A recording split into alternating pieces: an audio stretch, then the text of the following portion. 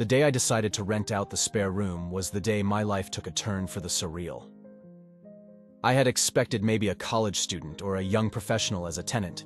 Instead, I got Jeff, a demon whose real name sounded like a cat coughing up a furball.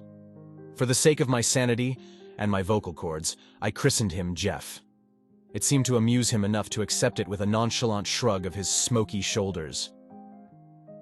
Our initial meeting was less "nice to meet you" and more, "Oh dear Lord, why is my furniture levitating?"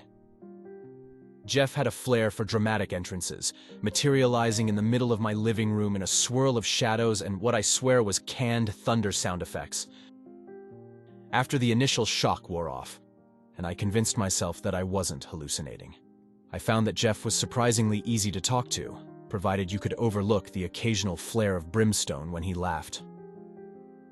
"Arthur, I must commend your choice in decor," Jeff said on his first day, floating, because who needs to walk, around the living room with a curious gaze. "This couch, for instance, has a delightful aura of existential despair. Very comforting." I glanced at the secondhand sofa I'd picked up at a yard sale, wondering if its previous owner had been a philosopher or just really into goth music. "Glad you like it. Just, try not to set anything on fire, okay?" Jeff merely waved a hand, a gesture I'd soon learn was his equivalent of a dismissive shrug. "I'll do my best, but I can't make any promises about the toaster. It's been giving me a rather sinister vibe." The first week of cohabitation was a learning curve. For me, it was adjusting to Jeff's odd habits. Like reading books by absorbing them, literally, the pages would flutter and then go blank as he read. For Jeff, it was understanding that, no, you can't just rearrange the molecular structure of the furniture for a more aesthetically pleasing symmetry, as he put it. Our mornings began with what I called the Breakfast Chronicles. Attempting to teach Jeff about human cuisine was an adventure in itself. The first time he tried to make toast, he ended up summoning a minor fire demon in the kitchen. We settled on cereal after that, though even that was not without its challenges. "Arthur, why does this milk taste like it has experienced the void?" Jeff asked one morning, staring into his bowl with a puzzled expression. "It's almond milk," I explained, trying to keep a straight face. "It's, void-friendly." Jeff considered this for a moment before nodding. "Acceptable." Then there was the incident with the vacuum cleaner. Jeff had offered to clean the living room, a gesture I found both surprising and slightly alarming, given his track record. My fears were confirmed when I returned home to find the vacuum racing around the room like a possessed greyhound, Jeff chasing after it with a look of determination. "I have tamed many a beast in my time, Arthur," he puffed, cornering the vacuum against the couch. "But this contraption is truly a worthy adversary." It took me 20 minutes and a promise of no more household chores for Jeff to convince the vacuum to calm down. We agreed that manual sweeping was the safer option moving forward. Despite the chaos, or perhaps because of it, living with Jeff brought a sense of excitement to my previously mundane life. Even the neighbors started to notice, though I assured Mrs. Henderson next door that the occasional screams were just us watching horror movies, very immersive ones at that. One night, after a particularly energetic attempt at baking that resulted in what I can only describe as a possessed pastry incident, Jeff and I sat at the kitchen table, surrounded by the remnants of our culinary disaster. "Arthur," Jeff said, his glowing eyes reflecting a mix of amusement and something warmly akin to affection, "I must admit, this human existence is far more entertaining than I anticipated." I laughed, brushing flour off my shirt. "Just wait until you try doing taxes," I quipped, earning a puzzled tilt of his head and a promise to myself to never, ever let Jeff near my tax returns. As we cleaned up the kitchen, manually of course, I realized that life with Jeff was going to be anything but ordinary. One particularly sunny Saturday, as I was trying to convince Jeff that gardening did not involve hexing the weeds to scream whenever they grew back, a lesson learned the hard way, we heard the distinct clatter of Mrs. Henderson's heels on the pavement. Jeff, in his infinite wisdom, decided this was the perfect moment to practice his human disguise spell. "Watch this, Arthur," he whispered, a mischievous glint in his eyes. A swirl of shadows enveloped him, and where Jeff once floated, now stood a remarkably average-looking man, albeit with eyes that sparkled unnaturally and hair that seemed to defy gravity slightly. "Good morning, Mrs. Henderson," I called out, hoping my voice didn't betray the sheer absurdity of the situation. "Good morning, Arthur. And who's this?" she asked, eyeing Jeff with a mix of curiosity and the kind of suspicion reserved for door-to-door salesmen. "This is Jerry," I said, improvising wildly. "My cousin from out of town." "Charmed," Jeff, now Jerry, said, extending a hand that Mrs. Henderson hesitantly shook. It must have been a bit too cold, or maybe it was the faint whiff of sulfur that accompanied him, because she quickly withdrew her hand with a puzzled frown. "Out of town, you say? Which part?" she inquired, her gaze sharp. "The far, far north," Jeff replied with a straight face. "Very remote. Lots of snow." Mrs. Henderson seemed to accept this, though I could tell she was filing away this information for later gossip. She finally left, not without throwing several curious glances back at Jeff. As soon as she was out of earshot, Jeff dissolved back into his usual, less human form, chuckling. "I believe I nailed the human interaction, don't you think? If by nailing it you mean raising more red flags than a communist parade, then yes, absolutely," I sighed, though I couldn't help but laugh. The day took an even more chaotic turn when my sister dropped off my niece and nephew for a few hours, citing a last-minute emergency. I had forgotten to mention this minor detail to Jeff, who was both fascinated and slightly terrified by the prospect of human children. "Arthur, they're so small and loud," Jeff observed, watching as the kids turned the living room into a makeshift fortress. "Just try to keep up with them, and whatever you do, don't let them convince you to play any games involving magic," I warned, just as my niece tugged on Jeff's sleeve, asking if he could make her doll fly. Jeff looked at me, a silent plea for help in his eyes. I shrugged, just keep it low-key, and no interdimensional portals. The afternoon passed in a blur of laughter, flying dolls, much to my niece's delight, and one incident involving a toy car that somehow gained consciousness and demanded to know the meaning of life.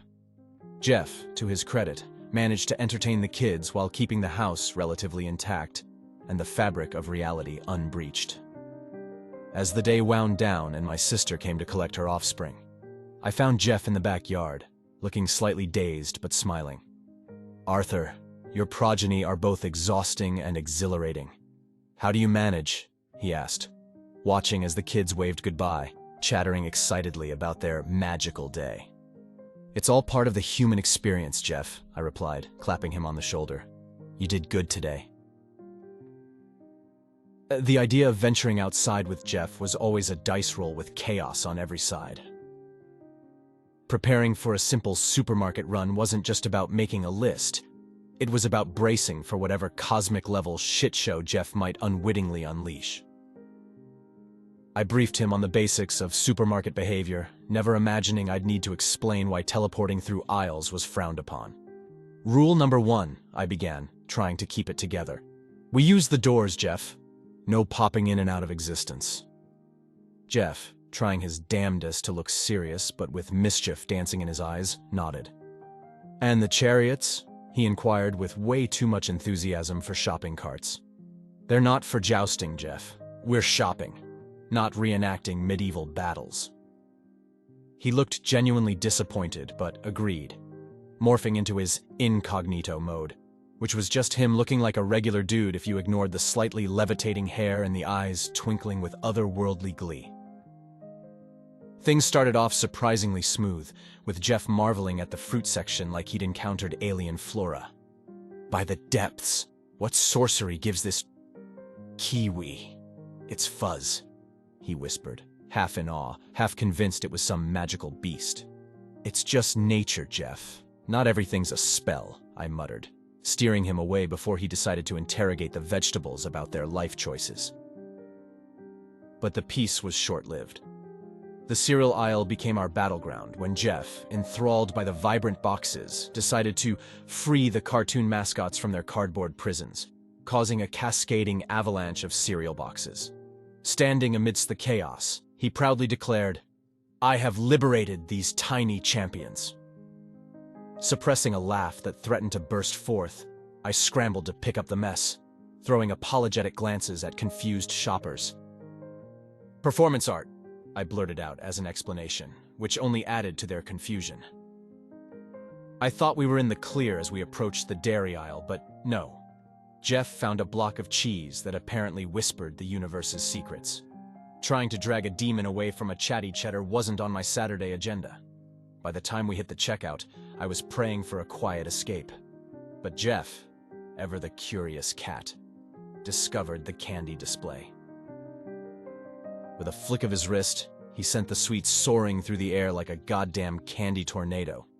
The teen cashier, looking like he was reevaluating all his life choices, watched as I tried to wrangle the airborne candy.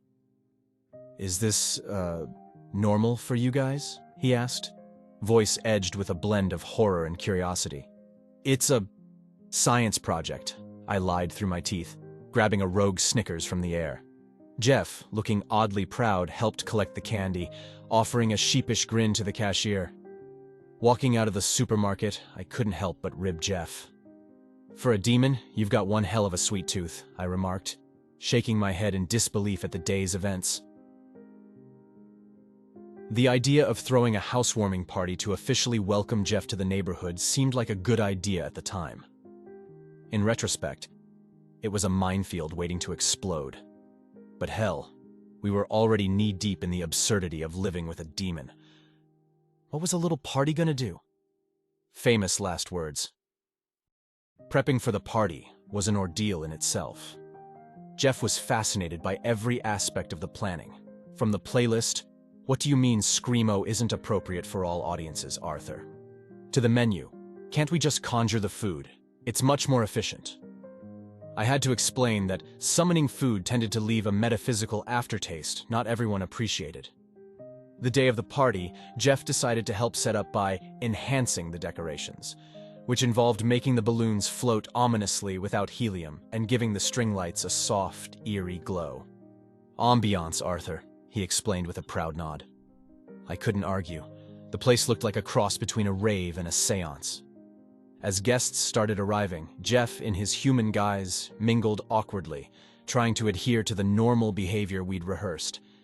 Everything was going surprisingly well until Jeff got into the punch. Not in the way you think, no. He decided it needed a bit more zing and spiked it with a potion for enhanced sociability. The effects were immediate and hilarious. Guests began sharing their deepest secrets, from embarrassing childhood stories to workplace crushes, with a level of candor you'd expect from a therapy session, not a house party. I found myself caught between mortification and hysterics as I tried to mitigate the magical truth serum Jeff had unleashed. Midway through the night, as the party hit its stride, Jeff's control over his human form started to waver. It began with small slips, his eyes flickering with unnatural light, his laughter echoing with a depth that was more cavernous than human. Guests started to notice, whispering amongst themselves about the special effects we'd rigged up. Then, during a particularly raucous game of charades, Jeff fully reverted to his demonic form, complete with smoldering eyes and an aura of otherworldly power. The room went dead silent, every pair of eyes fixed on him. Jeff looked around, realized his mistake, and with a sheepish grin that somehow managed to look endearing on a demon's face, he morphed back into his human disguise. "Apologies," he chuckled. "Got a bit too into the game. You know how it is." The tension broke like a spell, laughter and conversation resuming as if nothing had happened. If anything, Jeff's little slip-up became the highlight of the night, with guests later asking me if we could hire him for their parties too. As the night wound down and the last guests stumbled out, Jeff and I collapsed onto the couch, exhausted but exhilarated. "Arthur, that was exhilarating," Jeff panted, his eyes still twinkling with the remnants of his earlier mischief. "Your kind knows how to revel." Yeah, well, next time let's skip the truth punch, okay? I replied, though I couldn't help but grin. But you're right. It was one hell of a party.